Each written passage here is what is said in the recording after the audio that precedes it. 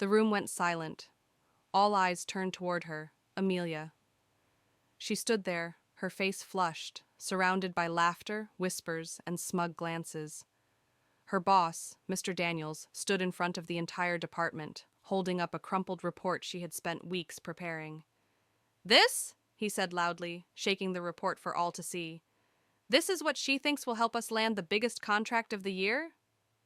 Laughter erupted. He wasn't done.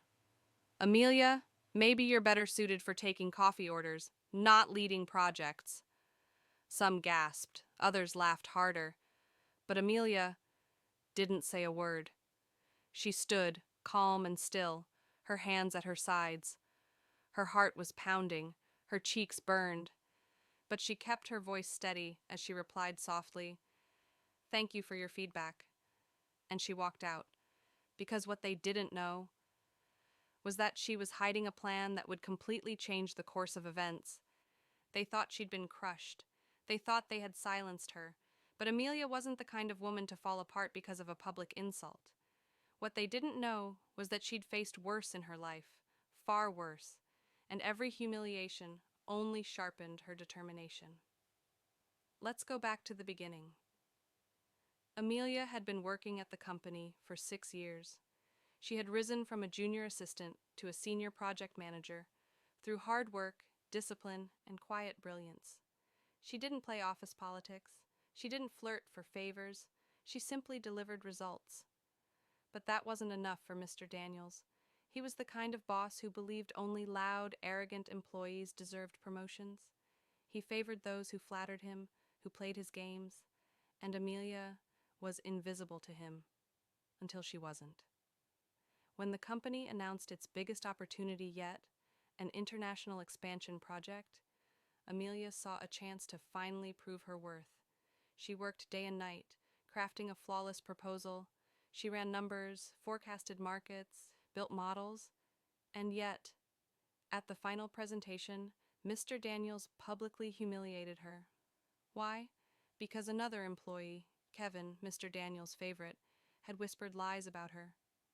Kevin had secretly taken pieces of her work, passed them off as his own, and convinced Mr. Daniels that Amelia was incompetent.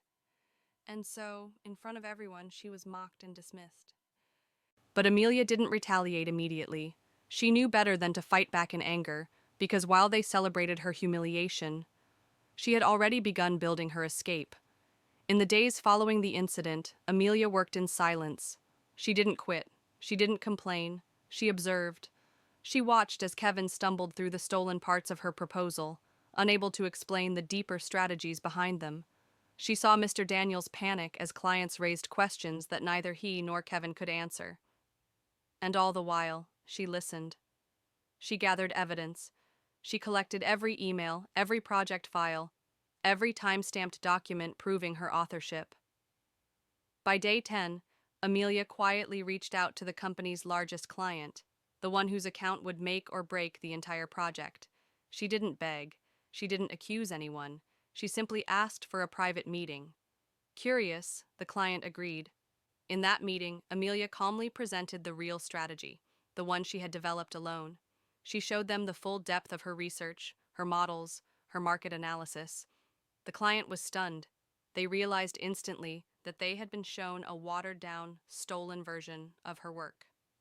By the end of the meeting, they had only one question. "Why aren't you leading this project?" Amelia smiled softly and said, "Because I haven't demanded what I deserve yet."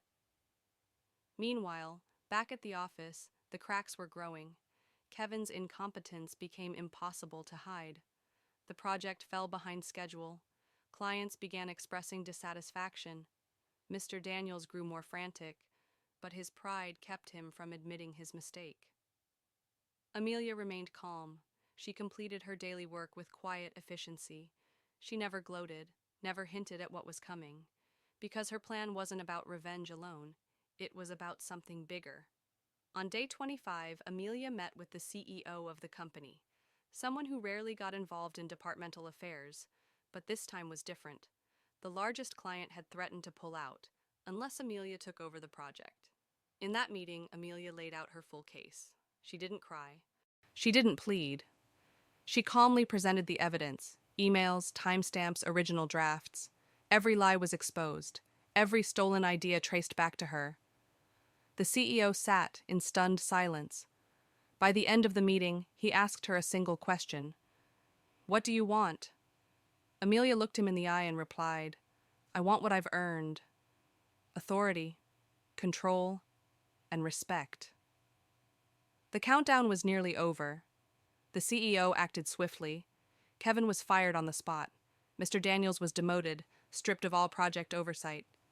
And then the announcement came, a company-wide email visible to every employee. Amelia was promoted to Director of International Operations, effective immediately. Her first order of business: leading the project that had once been used to humiliate her. The next Monday, she walked into the same conference room where she had been mocked.